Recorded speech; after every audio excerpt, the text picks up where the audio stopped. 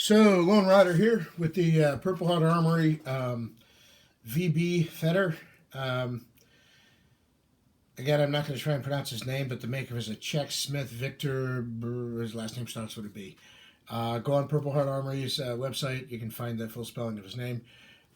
He makes these and he makes several other swords, entry level swords and practice items that they sell there. So what this is it's an entry level fetter, which is the practice weapon for longsword. And I said I would sort of get back to this after I'd actually taken it to the sword fighting class and tried it out against other swords. There will be a review forthcoming on this. But I just wanted to give sort of a mini impression. I did take it to the sword club today, and I did use it, and it actually, it was used against Albion Meyer sword, and also against Reganier's. And the edge, as you can see, is intact. There's a few scratches here and there, but given the Albion costs about twice as much or more, and the Reginier is maybe about $100 more. I'm not. If it comes away with a few minor scratches, I'm a happy camper, right? And so it's held up great so far. The only thing I noticed is that, which I kind of expected, this is supposed to be the heavy version or the stiff version, so it's a little more robust and there's a little more balance. A little more of the weight is balanced towards the blade.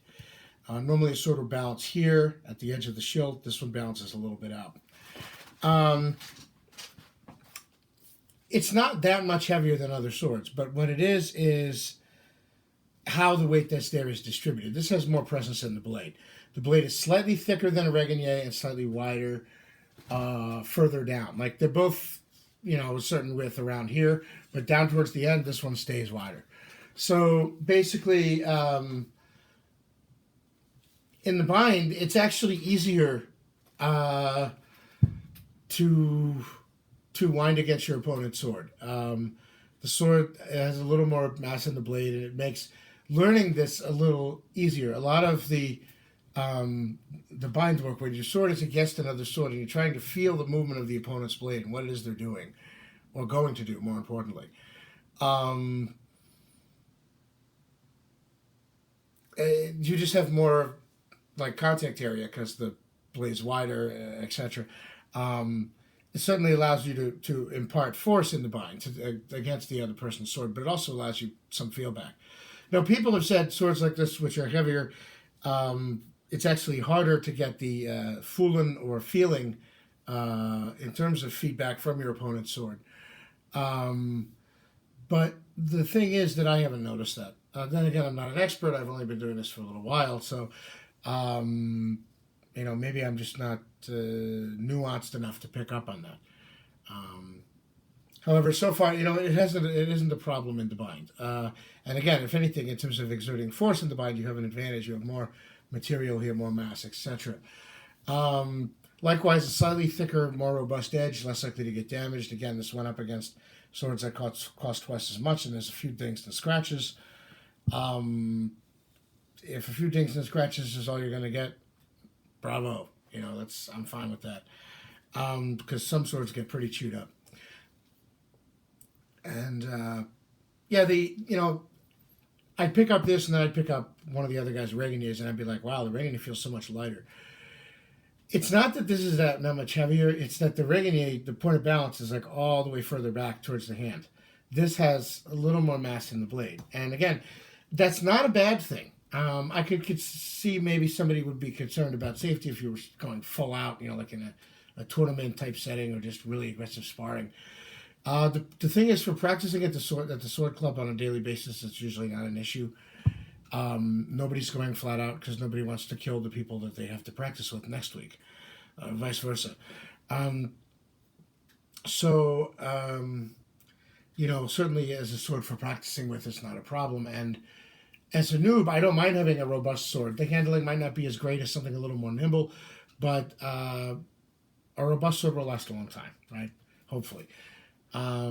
That said, the handling is noticeable, not because this is greatly heavier than something like a Reginier, but because of how the weight that there is distributed. Again, one interesting thing I did notice, by the way, is that once you start moving, especially a movement that involves the sword swinging or moving in an arc.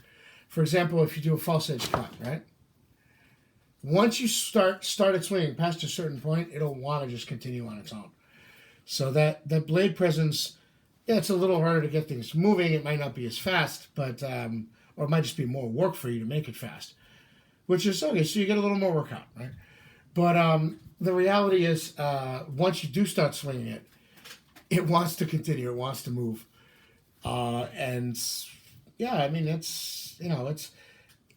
is what I expected it to be, a budget offering for a Feder that is sturdy enough to compete with other things on the market, from the middle to the high end, at a price that won't break the bank, and it's pretty sturdily made, and it's got some neat design features, and it's very robust. It's not supposed to handle like a high-end sword, but it's supposed to be able to be used against a high-end sword. And as you can see, the edge on this came out not the worst for wear. There's a few scratches. If a few scratches is all you get going up against an Albion, I'm happy with that. Okay, so I will give more of an in-depth review. It's just like it's unfair to review the sword completely, before I take it to the fencing club even one time. It's probably a little unfair, especially being a HEMA noob, for me to review the sword after I've only used it one time at the fencing club. So, but I did want to throw that as an update out there. If you're wondering about how these handle, especially in particular compared to other swords, if you're wondering about what the hardness is on them, and are they likely to take a lot of edge damage, here you can see they haven't. This one hasn't anyway. The guard is still solid. Everything is still solid. I haven't had to tighten down the pommel, etc. So yeah, this is after its first time being used in practice. So sort of an update, or a mini review, I guess. And like I said, I'll do a full review on this at some point. I want to wait till I've used it a little more, sort of get more of a longer term look at it. Just to be fair to the product and the people who made it. But yeah, it's a nice sturdy sword. It's not a, it's not going to handle like an Albion, but it's not supposed to. However, it is supposed to be able to take on an Albion and come away more or less unscathed, and it does do that. So there you go. Lone Rider out.